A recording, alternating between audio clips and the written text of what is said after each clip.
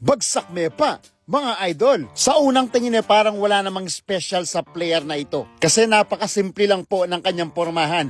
Medyo mataas yung tuck-in, tapos low socks lang yung gamit. At yung katawan niya, balingkinitan at skinny lang. Honestly mga idol, first time kong mapapanood itong si Idol. At ayon daw sa kwento ng iilan mga idol, parang Tracy McGrady na may Reggie Miller yung datingan daw at laro ni Idol. Well, sa isang inter-barangay league dito sa San Luis mga idol, pagdating pa lang ni import number 13, nagsigawan na yung mga tao mga idol. Kaya mas na-excite pa ako lalo na mapanood yung laro netong si Idol Geoffrey Santos. Kung kilala nyo si Idol, taga saan po siya? Anong barangay o lugar sa Pilipinas itong si Idol Geoffrey Santos? I-comment nyo lang sa ibaba mga idol. Kaya idol, ipakita mo kung sino ka. Bagsak pa, mga idol.